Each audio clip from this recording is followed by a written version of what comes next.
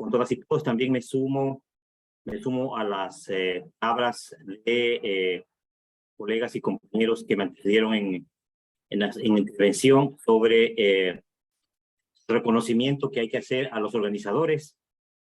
Y ya me quedé con la mano levantada. Bueno, después la bajo.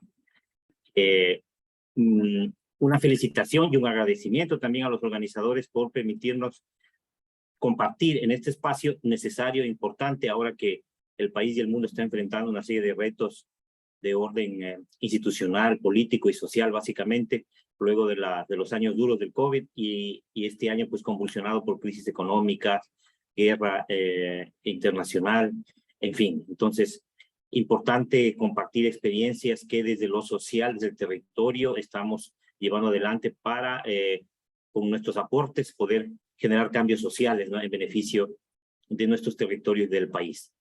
Bueno, mi nombre efectivamente es Javier Gutiérrez. Mi experiencia en este caso se va a relacionar con una síntesis de una iniciativa de desarrollo articulado en un territorio de más de 500,000 personas. Yo los voy a ir comentando. Entonces, es una ponencia que recoge una experiencia de un proceso con un método que ha sido consensuado entre varias instituciones y organizaciones para generar cambios en condiciones de vida, así condiciones de vida más dignas de familias en situación de extrema vulnerabilidad o extrema pobreza. Bueno, ahí el PowerPoint me pedía un pequeño currículum. Efectivamente soy sociólogo, tengo algunos estudios posteriores en temas de gerencia pública, desarrollo, etcétera, y actualmente soy el director de una ONG de cooperación que trabaja en Guayaquil, que se llama Misión Alianza de Noruega. Bien, inicio un poco comentando la perspectiva de la iniciativa que tuvimos desde el año 2016-2017 en adelante. Desde la perspectiva del desarrollo, ¿no es cierto? Desde una de las miradas a la problemática del desarrollo es que el territorio es el marco, ¿no es cierto?, o el escenario de los procesos de incidencia en políticas públicas, ¿no es cierto?, en el que las organizaciones de la sociedad civil, las OSC, sean organizaciones populares comunitarias, sean fundaciones, ONGs, asociaciones barriales, clubes deportivos, etcétera, todo este mundo de organizaciones promueven los cambios sociales, o es uno de los actores, ¿no es cierto?, que promueven cambios sociales. Sin embargo, el tradicional accionar de la sociedad civil se ha debilitado estos últimos años. Las organizaciones priorizan sus necesidades de existencia, de sobrevivir y de alguna manera de acceder a recursos para poder llevar adelante sus iniciativas, sus proyectos. En este escenario, el objetivo de exposición es rescatar una experiencia territorial de un conjunto de organizaciones que ha logrado sostener un ejercicio colaborativo. Y ahí yo por eso lo pongo con énfasis, el ejercicio colaborativo, porque desde ahí parte el acuerdo, el consenso que se dio en el año 2016 entre instituciones y organizaciones con miras a lograr procesos de incidencia en políticas públicas para integrar territorios en situación de extrema vulnerabilidad social. La iniciativa del trabajo colaborativo nace de la red de organizaciones sociales del noroeste de Guayaquil. Ese es el nombre que se le dio a la iniciativa. La presente ponencia pondrá a consideración de todas y todos el resultado de un trabajo desde lo social. Es decir, es un proyecto que nace desde la iniciativa comunitaria, desde las organizaciones sociales, en diálogos, en mesas, para, ¿no es cierto?, conducir iniciativas, propuestas y acciones que incidan en condiciones de vida de miles y miles de familias en situación de vulnerabilidad. Bueno, sabemos nosotros, Guayaquil es una ciudad que se asemeja a muchas ciudades ecuatorianas y a las grandes ciudades latinoamericanas, ¿no? Los procesos de urbanización, de segregación, de marginación en la historia de nuestras ciudades, ¿no es cierto?, han tenido como resultado sectores donde las necesidades básicas no son cubiertas, muchas veces en lo más mínimo. En el caso de Guayaquil, el territorio del noroeste, que es, digamos, la zona más reciente de migración, ¿cierto? Porque, claro, los Guadmos, el sur y la Trinitaria, etcétera, son resultado de procesos migratorios de los años 60, 70. El noroeste es un proceso migratorio de los años 90 en adelante, ¿no? mostrando desigualdades territoriales en los logros, ¿no es cierto? El desarrollo tiene logros, efectivamente el desarrollo mejora condiciones de vida, pero no abarca, ¿no es cierto?, al conjunto de la población, como también el grado de desprotección social en el que se encuentran los ciudadanos. Yo he escuchado todas las ponencias, efectivamente, no hay que hacer, no hay que reducir la protección social al tema, pues, digamos, digamos, de ser populistas o de entregar cosas, etcétera. Todos los países tienen políticas de protección social que implica generar coberturas de atención en salud. Son derechos, ¿no? La protección social son derechos. Entonces, esta situación de pobreza extrema, de inequidad social, ¿no es cierto?, son problemáticas que se deben enfrentar en la ciudad. En los próximos años, sí, se desea tener una mejor integración de la sociedad, una disminución de la violencia real, ahora que está, pues, en la agenda de las políticas públicas, está el tema de la violencia, y mejores condiciones de gobernabilidad entre sus instituciones. O sea, no podemos hablar de disminución de violencia o de gobernabilidad en territorios o coexistiendo con territorios de extrema exclusión, ¿no es cierto?, donde la mínima protección social es a veces inexistente. Entonces, la red del noroeste en Guayaquil siguió un proceso participativo y de investigación. Y aquí quiero hacer, por temas de espacio no está ahí, pero la investigación parte de una alianza, de una articulación que se dio entre ONGs de cooperación internacional, entre organizaciones locales, entre asociaciones comunitarias de base, ¿no es cierto?, y universidad. Tuvimos el apoyo de la Escuela de Sociología de la Universidad de Guayaquil para levantar todo un diagnóstico comunitario a través de grupos focales, entrevistas. La universidad hizo toda la propuesta del tamaño muestral, se diseñó la encuesta, lo hacíamos entre todos. Fue un trabajo investigativo entre todos esos actores, ¿no es cierto?, en torno a a la expectativa que tenía la población en el noroeste de Guayaquil, ¿cierto? Y obviamente de todo eso sale toda una estrategia de trabajo para el noroeste, ¿no es cierto?, de una estrategia de búsqueda de recursos, de articulación entre actores, etcétera. Y ahí está un poco el resumen, ¿no es cierto? Hubo todo un análisis de evaluaciones de proyectos que se han llevado adelante años atrás en el noroeste, los resultados de los grupos focales, las encuestas, los talleres, el análisis de fuentes secundarias escasas, ¿no es cierto? Lamentablemente tenemos en el país las estadísticas nacionales difícil de procesarlas a nivel, digamos, ya comunitario, entonces hubo que tratar de encontrar incluso en tesis de grado, etcétera, como fuentes secundarias sobre el contexto del noroeste y hacer acercamiento con diferentes organizaciones que trabajan en el noroeste de Guayaquil. Bien, avanzando un poco, ¿qué es lo que nosotros reconocíamos ya entre todos como mesa de trabajo antes de que fundemos la Red Noroeste? Que reconocíamos que Guayaquil interactúa un tejido interesante de organizaciones de desarrollo y de la sociedad civil.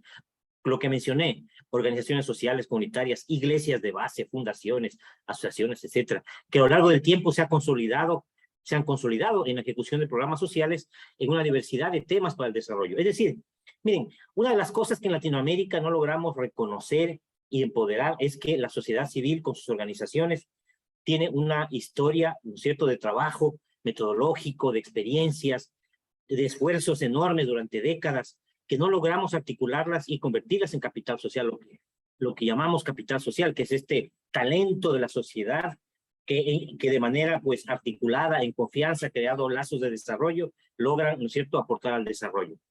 Bien, nosotros partimos de eso, partimos del concepto de capital social, partimos del concepto del desarrollo territorial y justamente de los principios de que la sociedad civil organizada puede aportar, no es exclusivo, porque obviamente el sector gubernamental y la política pública tiene su principal rol de generar cambios, pero la sociedad civil también tiene un rol de generador de cambio social. Bien, estos tejidos de organizaciones tienen un relacionamiento directo con las familias en situación de pobreza. Eso también hay que reconocerlo. Hay todo un talento, una metodología de trabajo directo desde las organizaciones con las familias en situación de pobreza. Han desarrollado metodologías, han establecido vínculos con actores, han realizado incidencia política, ¿no es cierto?, a nivel gubernamental en el marco de las políticas públicas. Es decir, todos derechos que tenemos en el país, ¿no?, que se han generado a partir del movimiento de mujeres, movimiento de niños, de jóvenes, movimientos culturales, todo eso ha incidido últimamente, ¿no es cierto?, todo el movimiento de defensores de los derechos de la naturaleza o de los animales. Miren ahora cómo está en la agenda pública la protección a los animales. Eso nace de los movimientos que desde la sociedad civil trabajaron los derechos de los animales, que se les denomina los animalistas, ¿no? Entonces, todo esto nos recuerda el potencial y la necesidad de ver también el actuar que tiene la sociedad civil. Entonces, importante reconocer el capital social. Yo pertenezco a una organización justamente que trata de rescatar el capital social, ¿no es cierto? Misión Alianza, la organización donde yo trabajo. Somos articuladores, facilitadores de procesos, ¿no es cierto? Y nuestra mirada, nuestro actuar siempre ha estado en el noroeste de Guayaquil. ¿Qué es lo que nosotros, ¿no es cierto? ¿Qué es lo que nosotros encontramos como elementos para llevar adelante este proceso en el noroeste? ¿No es cierto? Articular un trabajo desde la SOSC con participación ciudadana, reconstruir, reconfigurar un tejido social en el noroeste, dinamizar a lo largo de los años un territorio con diversos actores sociales. Esa es la riqueza que debemos promover al encontrarnos en un solo territorio, reconocernos como diversos, trabajando de manera colectiva, ¿no es cierto? Y ahí vuelvo otra vez al principio, digamos, de alguna manera académico, que bajo la teoría de la incidencia colaborativa y enmarcados en los planes de desarrollo, ¿no es cierto? Buscando un horizonte. Hay planes locales, nacionales, ahí tenemos varios horizontes para que desde el territorio trabajemos con la comunidad hacia adelante. Crear nuevas capacidades tanto para las organizaciones como un proceso de aprendizaje continuo. O sea, desde el 2016, créanme, estimados amigos, amigas, ha habido un proceso enorme de aprendizaje, pero enorme en todos estos años, que nos ha permitido generar alianzas con otros actores de la cooperación y la posibilidad de promover a través de estos actores incidencia pública con miras a la sostenibilidad de nuestros proyectos, de nuestros programas y proyectos, ¿verdad? Entonces, la articulturista como una oportunidad, ¿cierto? No fue fácil, como les digo, esto inició diálogos en el 2015, en el 2016 preparamos las investigaciones, levantamos información, empezamos a dialogar, o sea, recién en el 2017, fíjense, casi 3 años, empezó a tomar vuelo el trabajo en red, ¿no es cierto? ¿Qué buscaba el trabajo en red? Contribuir a crear un territorio de inclusión y de mayores oportunidades para superar la pobreza, en el que se articularían varios actores sociales, como les he mencionado, ¿no es cierto?, atrás. A ver, no sé. Ya. ¿Cuáles son las organizaciones que desde el año 2016-17 estamos trabajando en el noroeste de Guayaquil? Esta es una parte, porque este año, esta es una toma del año 2020-21. Ahora este año tenemos más organizaciones. ¿Qué tipo de organizaciones son?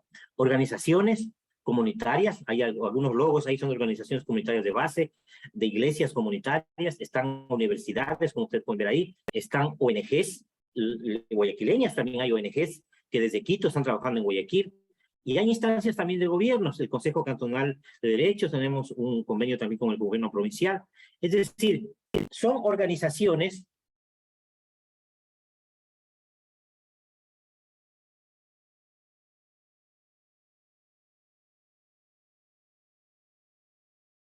de gobierno, pero también hay organizaciones que nosotros proponemos nuestra intervención con las familias para que esas propuestas sean incluidas y consideradas en las políticas públicas. Pero también somos organizaciones que actuamos en diversos temas, ya lo vamos a ver más adelante, actuamos en diversos temas identificados con la población, ¿no es cierto?, como sensibles, los más sensibles, para poder generar cambios en las condiciones de vida. Entonces, ahí ustedes pueden ver todas estas organizaciones con las cuales formamos una mesa de trabajo que la denominamos la Red del Noroeste. Esta es un poco una fotografía, así brevemente, del territorio donde trabajamos. Está encerrado en el círculo rojo, ¿no es cierto? Es un mapa de la pobreza de la Universidad Andina. El círculo que ustedes ven encerrado ahí en rojo es uno de los territorios de mayor pobreza en Guayaquil. Fíjense, es un territorio ubicado frente a uno de los parques industriales más grandes del país, o si no el más grande del país, ¿no es cierto? En la perimetral, donde está todo el parque industrial, que obviamente cuando se construyó la perimetral, fines de los 80, y se instala el parque industrial, obviamente eso fue un polo de atracción de las familias que forman parte pues del fenómeno de migración interna al campo-ciudad, ¿no? Servicios de salud insuficientes, por no decir de enormes carencias, baja calidad educativa, el trabajo informal, las estrategias de vida de las familias, ¿no? de trabajo informal, infraestructura que no cubre la totalidad del territorio, me refiero a infraestructura de alcantarillado, agua potable, si bien ha avanzado en estos últimos años, todavía hay grandes extensiones donde no hay todavía estos servicios, niveles graves de violencia intrafamiliar y ahora de inseguridad también. El tema de los espacios públicos, este es un tema el que más, digamos, golpea cuando nosotros visitamos un territorio de esto, ¿no? Los espacios públicos son casi inexistentes, por eso los niveles de violencia son altos, porque no hay espacios públicos para el encuentro comunitario, la recreación, el esparcimiento de los jóvenes, el deporte, etcétera, etcétera, ¿no? Entonces, sabemos, con experiencia de otras ciudades de otros países, que el fortalecimiento de espacios públicos logra enfrentar violencia y el microtráfico, ¿no? Y como uno de los problemas también graves, el consumo de drogas y el microtráfico. Ya, en este marco, ¿no es cierto?, se acordaron los siguientes principios metodológicos para organizar el trabajo con las organizaciones que iniciaron a formar parte de la red. Primero, incidencia colaborativa. O sea, no podíamos trabajar por separado. Ese era el primer requisito de formar parte de este trabajo en red. Identificar a la colaboración como una interacción fundamental para resolver problemas sociales, ¿no es cierto? Suena algo ideal, ¿no es cierto? Colaborar para resolver problemas sociales, pero no encontramos otra salida en territorios donde hay muchos actores trabajando desarticuladamente. Podemos colaborar para superar problemas sociales y efectivamente lo estamos comprobando.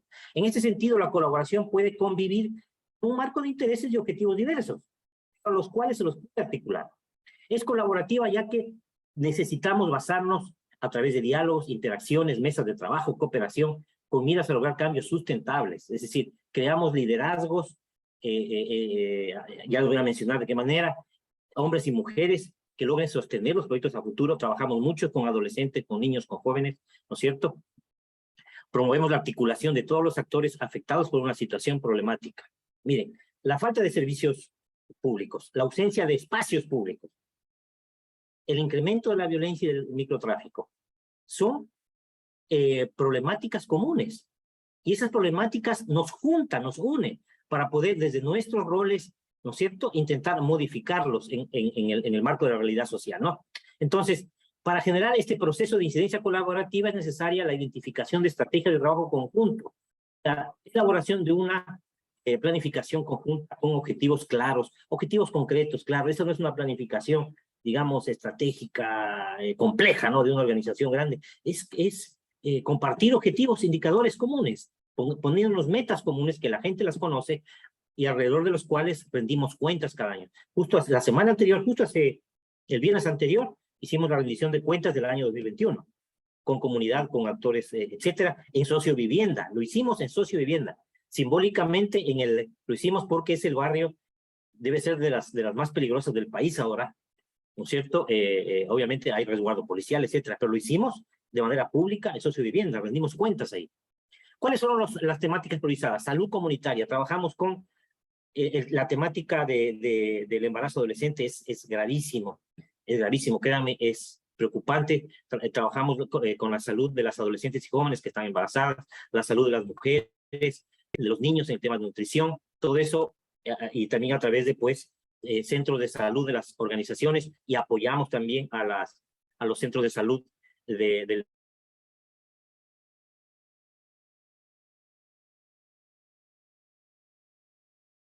tenemos atención a víctimas de la violencia, ambulatoria y en un centro de salud que está también en el noroeste, en el cual colabora el gobierno nacional, el local, cooperamos nosotros, cooperan otras organizaciones para dar atención a mujeres víctimas de la violencia, con una psicóloga, una abogada y una trabajadora social.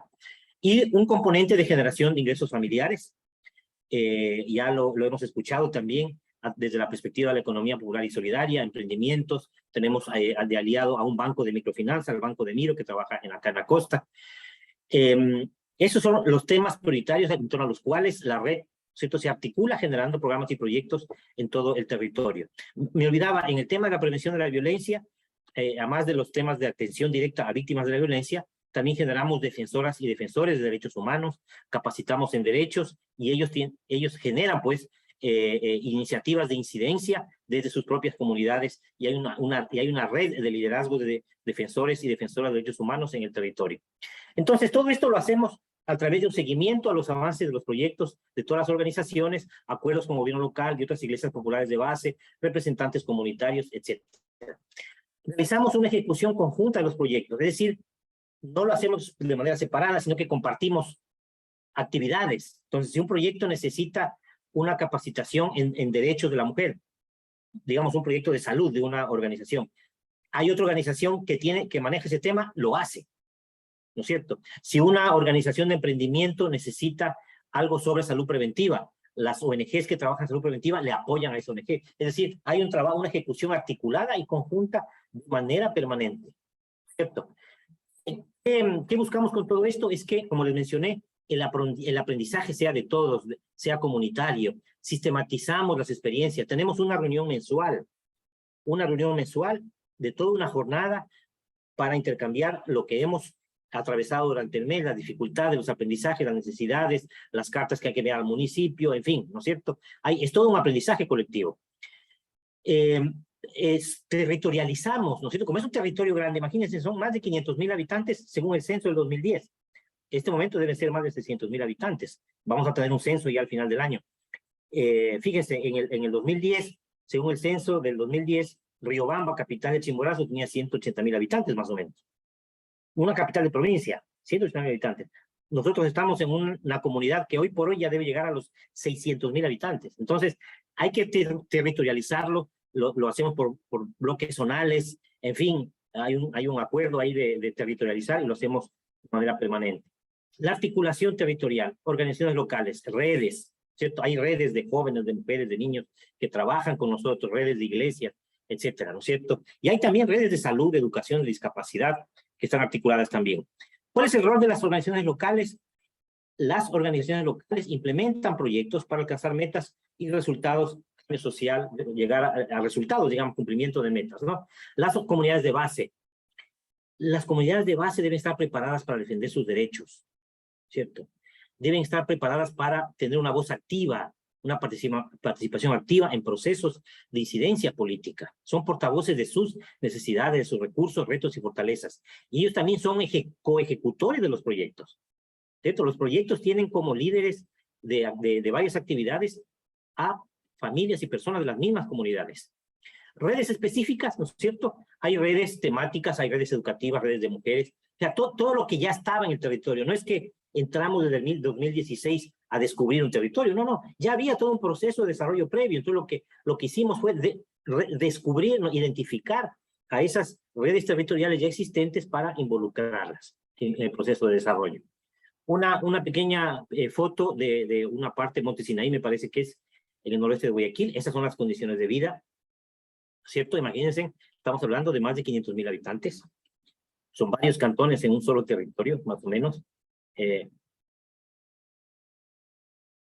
Bien, en el noroeste de Guayaquil, un espacio territorial de contradicciones donde habitan más de 600,000 habitantes en condiciones de marginación, exclusión, negación de sus derechos humanos, se planteó la generación de un amplio trabajo en red con la participación de más de 20 organizaciones. Ahora tenemos más, esos datos son del año 2021, ahora tenemos ya, yo diría, unas 30 organizaciones, 40 iglesias comunitarias de base, tenemos ahora 5 universidades, se han sumado, tenemos actividades con la Universidad de Guayaquil a través de varias facultades en temas de emprendimiento, en temas de educación inclusiva, en temas de tecnología educativa. Con la SPOL trabajamos inclusión desde la pandemia. ¿Cuál fue la preocupación de la red? Imagínense en plena pandemia lo que ocurrió en Guayaquil, ya se pueden imaginar. Niños que se estaban quedando por fuera del sistema educativo porque no tenían una laptop ni internet para poder conectarse. Entonces, con una SPOL, con toda la potencialidad que tiene una universidad de tecnología, ¿no es cierto? ¿Qué hacemos? La SPOL nos ayudó a colocar unas antenas en los puntos más críticos del noroeste para que las familias tengan acceso a internet. Con empresas, ¿no es cierto? Logramos, y con la SPOL también logramos la entrega a las familias, que se identificó a las familias donde tenían más niños que estaban quedándose fuera del sistema educativo para que tengan acceso a la educación virtual. La Universidad Casa Grande, la UNEMI, participaron en esta iniciativa también con SPOL, la Universidad Casa Grande en la parte pedagógica, la UNEMI en la parte psicológica, y la parte tecnológica capacitaba a la SPOL. Entonces, fíjense, un trabajo articulado en plena pandemia. Entonces, la emergencia nos activó, nos fortaleció el trabajo en red. Tenemos institutos superiores tecnológicos, agencias de cooperación externa. Miren, Antes del 2016 ni nos conocíamos las ONGs de cooperación externa en Guayaquil. Ahora estamos todas, son como 7, 8 ONGs de cooperación, trabajando juntos en ese territorio. Nos conocemos, somos compañeros, incluso compartimos algunos hasta las mismas oficinas ya en el noroeste de Guayaquil. Lo importante de trabajar en red. Líderes comunitarios, representantes de base, representantes de entidades públicas que intervienen en la zona, etc. Ahí creo que me pasé. Trabajo en red, lo denominamos Red del Noroeste, con miras a movilizar a la población y a los actores sociales en procesos de incidencia en políticas públicas. Porque la experiencia, como me decía un profesor hace muchos años, me decía, del proyecto exitoso a la política pública. Eso es lo que debemos tener como reto para que se sostengan los procesos, porque son procesos que buscan garantizar derechos, ¿no es cierto? Entonces nuestros proyectos buscan generar incidencia, buscan captar recursos también, ¿no es cierto? Hacemos campañas, las ONGs buscan recursos, buscan la integración del territorio a los procesos de desarrollo urbano y la visibilidad de su realidad. Porque otro problema que hay en estos territorios, lo mismo sucederá en Quito, en Manta, en Bogotá, en fin, en Lima. Estos territorios viven de espaldas al desarrollo de la ciudad. Culturalmente viven de espaldas, la ciudad le da de espaldas. Y hay muchos teóricos que hablan justamente de toda esta exclusión y cómo viven, tienen vida propia, dicen algunos autores, dicen, tiene vida propia estos territorios porque en la mañana se conectan de diversas maneras con los canales comerciales de las ciudades y luego se desconectan en la noche porque la ciudad les da la espalda. Entonces hay todo un tema cultural también de integrar a esos territorios. Entonces, bueno, luego de varios, ya son casi 6 años, ¿no es cierto?, que hemos articulado en este proceso de incidencia colaborativa, ¿no es cierto?, hemos logrado, ¿no es cierto?, en un territorio que históricamente ha sido poco atendido, ¿no es cierto?, hemos logrado involucrar, primero, a más organizaciones. Segundo, hemos logrado involucrar a más familias y liderazgos locales en los proyectos y programas que tenemos las organizaciones, ¿no es cierto? Estamos midiendo, si alguien tiene luego una pregunta del impacto, efectivamente llevamos una línea de base y medimos el impacto, tenemos cifras, números de cuántos participan, cómo está evolucionando la desnutrición infantil, en el peso y talla de los niños, el número de médicos, es decir, cada componente tiene sus indicadores y evidenciamos impacto. El año anterior tuvimos una evaluación todos y el evaluador evidenció los impactos y obviamente evidenció también las debilidades y los retos que todavía hay, ¿no es cierto? Entonces, hemos logrado todo eso y se ha logrado movilización de recursos porque estas organizaciones nuevas que han entrado a trabajar en el noroeste han llegado también con nuevos recursos humanos. Las universidades no ponen recursos económicos, pero ponen talento humano, metodológico, etcétera.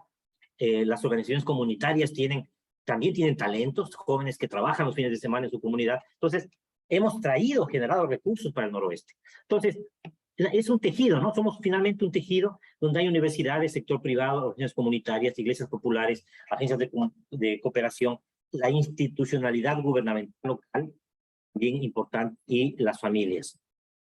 Y quería terminar con algunas imágenes. En el lado donde hay una reunión de personas en una mesa, son las reuniones que les comenté que tenemos cada mes. En el otro lado ahí están talleres con las comunidades, conocemos diagnósticos comunitarios, etc. Creo que me pasé. Reuniones con universidades, cuando presentamos los avances o firmamos los convenios de cooperación. En este caso fue con la Universidad de Guayaquil, con la Facultad de Educación Física y Deportes, con FEDER. Tenemos actividades con los jóvenes, con énfasis no en la práctica misma o exclusiva del deporte, sino con énfasis también en la prevención de la violencia y en la integración de jóvenes que están en exclusión. Tenemos un proyecto de integración cultural, ahí estamos con la Universidad de las Artes y una fundación, y 2 fundaciones que trabajan música y arte con las comunidades. Fíjense, tuvimos también unas campañas para recolectar violines hace años, y un canal de comunicación nos cedió unos violines, y miren, ¿no? Y ahí hay recursos, hay donaciones, hay voluntariado, hay recursos de la universidad, de la cooperación internacional. Miren, niños que jamás en su vida iban a tener la oportunidad de formar parte de una sinfónica, y la sinfónica de los niños de Monte Sinaí, fíjense, ¿no? Entonces, todo lo que pueda, y eso es su vivienda. Eso que está ahí, ¿no es cierto?, es en un espacio público, en una de las zonas donde todos los días hay noticias de inseguridad, donde hay asesinatos, etcétera. Estadísticamente son las zonas más violentas del país. Entonces, eso lo hacemos ahí, como una muestra de que estamos trabajando en red. Obviamente no es fácil, hay también necesidad de buscar seguridad, etcétera, ¿no? Obviamente son condiciones reales a las cuales tenemos que enfrentarnos. Ahí está una actividad de recuperación de un espacio público. Cada año tratamos de recuperar 10 espacios públicos y se lo hace con los jóvenes de la zona, ellos lo pintan, dan las ideas, etcétera, ¿no? Entonces, ahí está, fue una tarde de inauguración de un espacio público. Y la última presentación, que es, digamos, ya es como una conclusión nuestra como organización de cooperación, ¿no? Nosotros creemos que la cooperación es una responsabilidad de todos, no es solamente la responsabilidad de una fundación, de una ONG o de un Consejo de Derechos o del Consejo Cantonal de Derechos. La cooperación es una responsabilidad de todos. Tenemos que ser responsables desde la universidad. Hemos encontrado gente maravillosa en las universidades, responsable, comprometida, que se ha volcado a trabajar con nosotros, obviamente desde el rol de la vinculación, ¿no? Porque la universidad tiene también su rol principal de la investigación y enseñanza, pero desde el rol de la vinculación hemos logrado compartir que la cooperación es una responsabilidad de todos.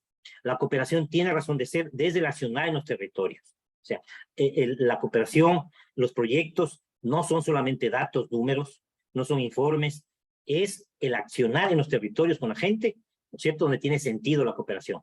Necesitamos crear en los territorios del Ecuador, no solo en Guayaquil, en las ciudades del Ecuador necesitamos crear sistemas locales de cooperación.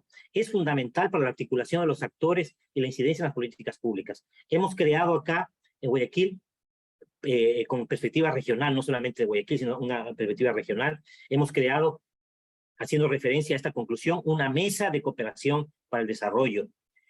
Interesantísimo, hay unas propuestas para llevar adelante programas en la región súper importante. Tenemos ya un año trabajando, generamos un encuentro anual de sociedad civil. Este año lo vamos a hacer por ya el cuarto año consecutivo, que lo hacemos siempre al final del año, a través de la mesa.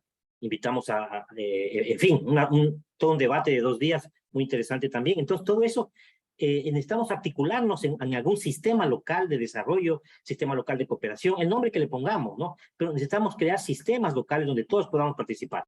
Promocionar juntos la conformación de un territorio de cooperación. Fíjense, el caso de Medellín y el caso de Iztapalapa en México, que lograron superar los niveles de violencia profunda que tenían. ¿Cómo lo lograron? Creando sistemas locales, creando sistemas de diálogo para construir territorios de cooperación donde el arte, la cultura, los espacios públicos, la responsabilidad de las instituciones que quieren cooperar, lo hacían. Y mire, Medellín obviamente todavía enfrenta violencia, pero comparado a los años 90, Medellín es otra. Iztapalapa es el caso más reciente.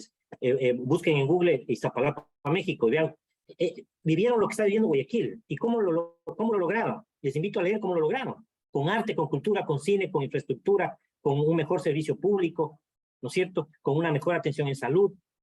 Iztapalapa logró enfrentar la violencia, que es lo que estamos enfrentando en el país ahora nosotros como ecuatorianos. Veamos las experiencias de otros países. Y finalmente, tener claras las prioridades para el desarrollo de la sociedad. Hay que definirlas con la comunidad. 3, 4 prioridades y trabajar en torno a eso. No hace falta planes grandes como hacemos nosotros nuestras tesis, ¿no? De 200, 300 páginas. Con la gente hay que hacer planes concretos, medibles, 3, 4 cosas que animen a la gente a seguir adelante, que nos integren, que nos convoquen, con énfasis en la población de mayor vulnerabilidad y exclusión. Creemos que esos son los caminos para integrar territorios excluidos, son los caminos, uno de los caminos, no digo todo, pero es uno de los caminos también para enfrentar la ola de violencia que está enfrentando nuestro país. Creo que con eso terminé. Muchas gracias. Gracias por el espacio. Gracias a usted, Magíster. Estamos cerrando ya el día de hoy nuestra jornada del